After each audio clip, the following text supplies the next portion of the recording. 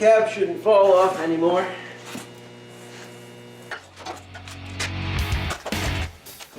I think that's what they call a Bluetooth frame rail.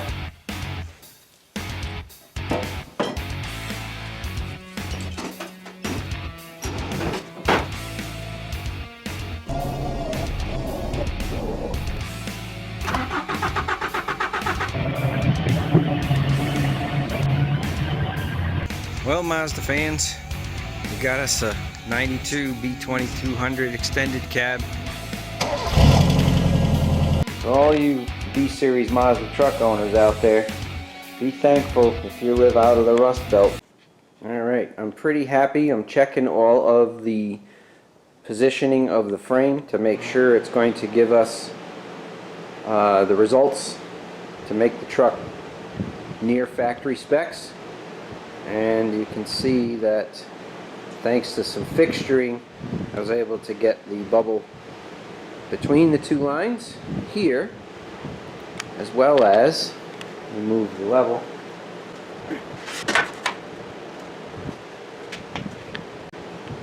Back there. And one more really important thing to check. Because I was trying to match exactly how the frame was back here from the old rails to the new rails. Give you a little better perspective of what's going on.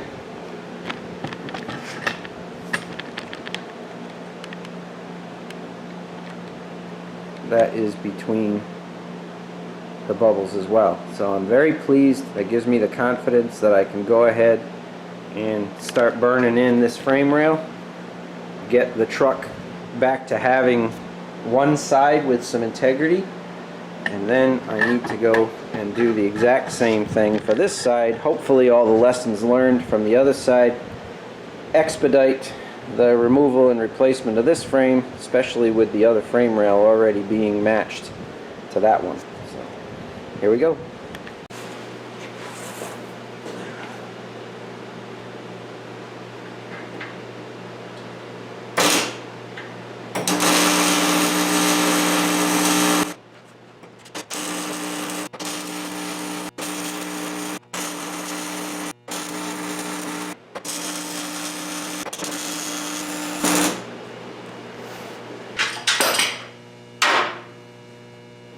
Well, the cab shouldn't fall off anymore. Alright.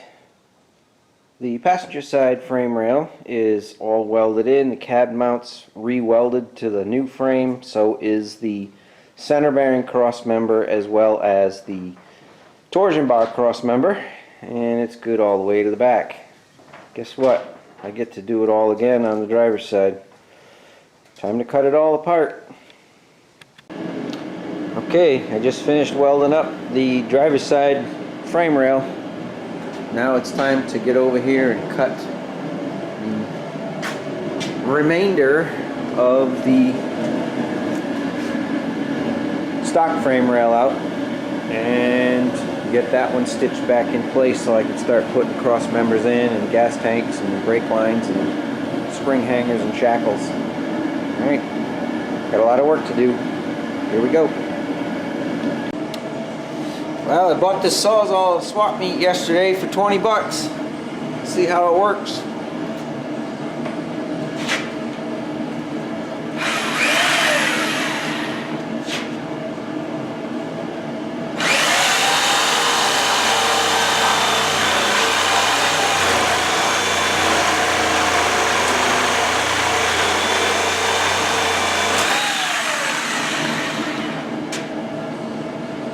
Not too good so far. Our blade's a little dull too.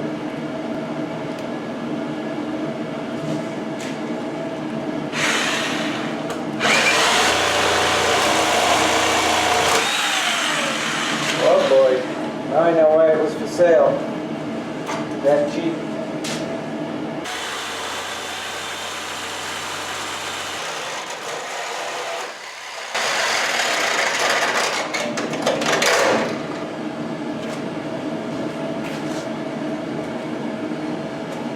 Well, with a new blade, it might have been operator error. Seems to be working good.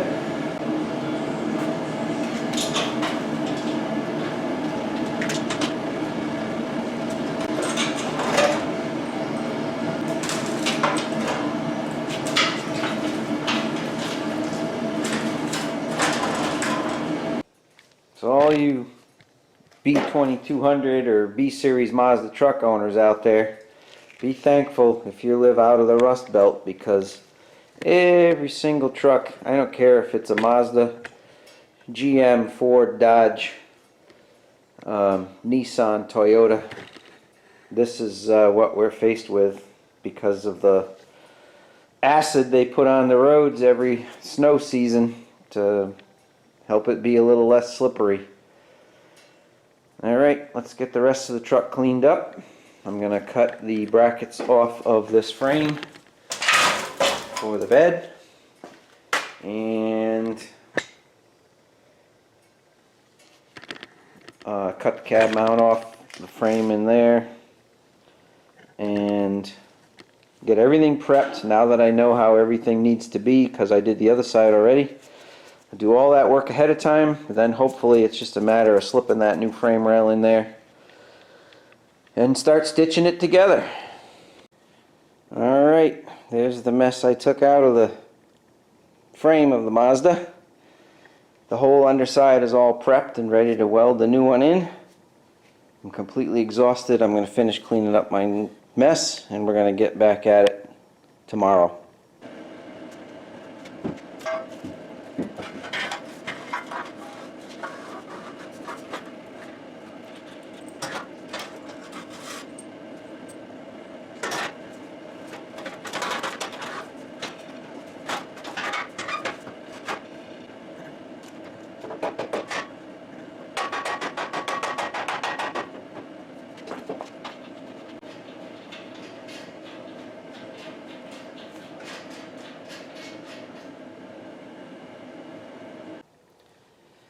Alright, well, we got it all welded in, we got the cross member in, we've got the bed mounts on this side, it's all checked, level and square, and it's welded in solid all the way through the rest of the truck. So, got to do a gas tank bracket, and I'm going to do a couple of cross members back here that used to be the spare tire carrier. I'm going to put tubular, round tube, from one side to the other, maybe 8 inches apart, and one of them will be a stiffener for possibly a trailer hitch, and also just keep the back of this frame from doing the old wobble like that. So a little more fabrication, and then once this is all rock solid, it kind of is rock solid, but I'm going to put the two cross members in. And then I'm going to raise up the rear end and use plumb bobs to get it perfectly centered. I've already got the marks in the floor. And I've already got the marks in the floor here. So once the rear end is jacked up, I can square it all up in the chassis, left and right, relative to the frame rail, and front to back relative to the marks in the floor. And then I can stitch the old leaf spring hangers back in place. Alright, that's it for now. Till next time.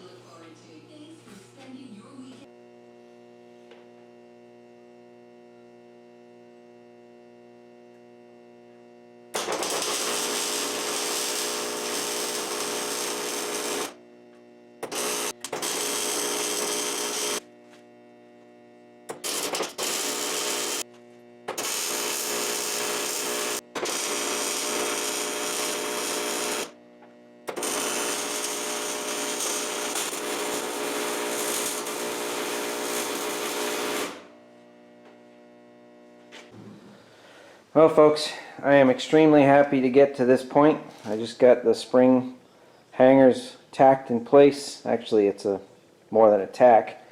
The stitch welded. They'll get fully welded in a moment.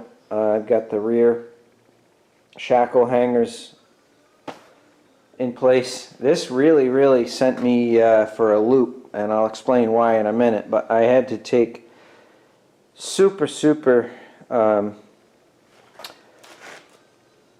amount of precautions to make sure that the rear end was square in the vehicle in terms of being perpendicular with the center line of the chassis.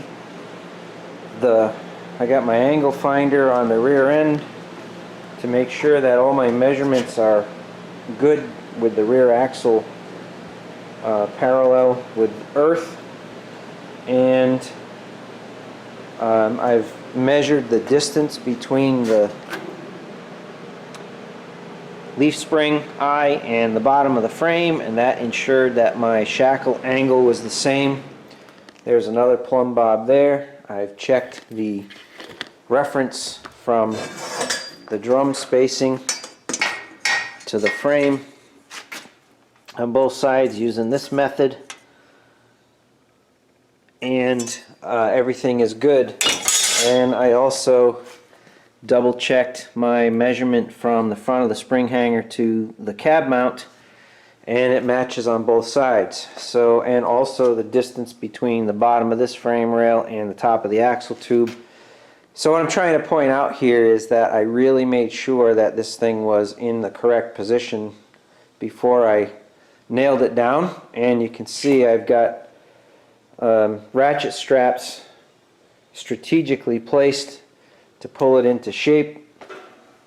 And the reason why I'm struggling so bad with this is when, I'll see if I can put a picture up of the damage of the frame, but these front spring eye hangers came completely disconnected from the frame. So what ended up happening is these things started smashing their way into the frame, and they actually cut into the frame and crumpled it probably a good 3/4 of an inch up.